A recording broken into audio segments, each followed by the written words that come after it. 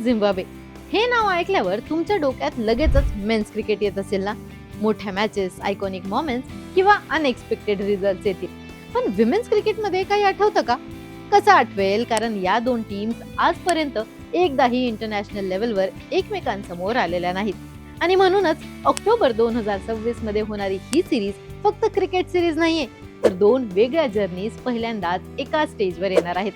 आणि काही वेळा अशा सुरुवातीनंतरच मोठ्या स्टोरीज तयार होतात.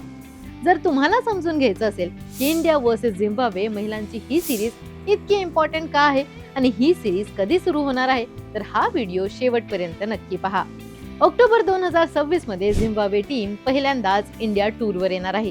3 T20Is रायपूरमध्ये आणि त्याच्यानंतर 3 ODIs वडोदरामध्ये. असं बघायला गेलं तर ही एक नॉर्मल इंटरनॅशनल सिरीज वाटेल, पण खरी गोष्ट ही आहे की इंडिया आणि झिम्बाब्वे या दोन्ही टीम्स आजपर्यंत इंटरनॅशनल क्रिकेटमध्ये एकदाही एकमेकांसमोर आलेल्या नाहीत. म्हणजे विचार करा, इतके वर्ष क्रिकेट इव्हॉल्व्ह झाला आहे, विमेन्स क्रिकेटची पॉप्युलॅरिटी वाढत आहे, ICC इव्हेंट्स होत आहेत, पण तरी सुद्धा या दोन टीम्स मधील बायलेटरल सिरीज आता म्हणजे 2026 मध्ये पहिल्यांदा होत आहे. आणि म्हणूनच ही सिरीज स्पेशल आहे, कारण ही सिरीज फक्त मॅचेसची लिस्ट नाही, ही एक अपॉर्च्युनिटी आहे दोन कंट्रीजसाठी, दोन टीमसाठी आणि सगळ्यात इम्पॉर्टंट म्हणजे विमेन्स क्रिकेटसाठी. इंडियन विमेन्स क्रिकेट बद्दल बोलायचं झालं तर गेल्या काही वर्षांमध्ये या टीमचा ग्राफ खूप वेगाने वर गेला आहे.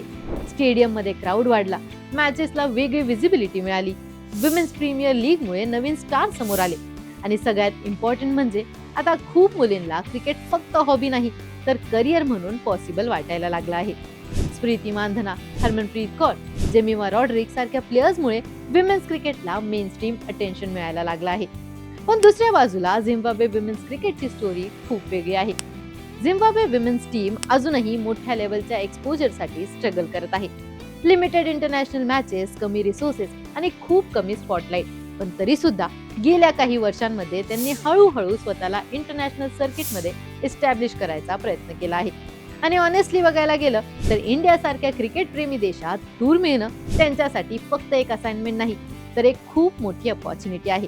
कारण इंडियामध्ये क्रिकेट फक्त एक खेळ नाही तर एक इमोशन आहे. इथे प्रत्येक परफॉर्मन्स नोटीस केला जातो, प्रत्येक मिस्टेक डिस्कस केली जाते आणि प्रत्येक प्लेअरवर एक्सपेक्टेशन्स असतात. आणि अशा एन्व्हायरमेंट मध्ये खेळणं छोट्या टीमसाठी खूप मोठा लर्निंग एक्सपिरियन्स असतो.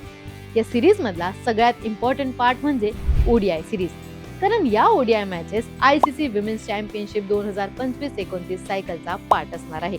म्हणजे ही सिरीज फक्त बायलेटरल सिरीज म्हणून पाहिली जाणार नाही, तर पॉइंट्स, क्वालिफिकेशन आणि फ्युचर वर्ल्ड कप प्लॅनिंगच्या दृष्टीने सुद्धा खूप क्रुशियल असणार आहे. इंडियासाठी सुद्धा ही सिरीज इतकी सिंपल नसणार आहे. हो, पेपरवर इंडिया स्ट्रॉंग टीम आहे, एक्सपिरियन्स आहे, इन्फ्रास्ट्रक्चर आहे, स्क्वॉड डेप्थ सुद्धा जास्त आहे, पण विमेन्स क्रिकेट मधील एक गोष्ट आता क्लिअर दिसू लागली आहे. ग्लोबल गॅप हळूहळू कमी होत आहे आणि अशा सिरीज मधून काही अनएक्सपेक्टेड स्टोरीज सुद्धा समोर येतात. पण या सिरीजचा खरा इम्पॉर्टन्स फक्त रिझल्ट मध्ये नाहीये, खरी गोष्ट आहे रिप्रेझेंटेशनची आणि एक्सपान्शनची.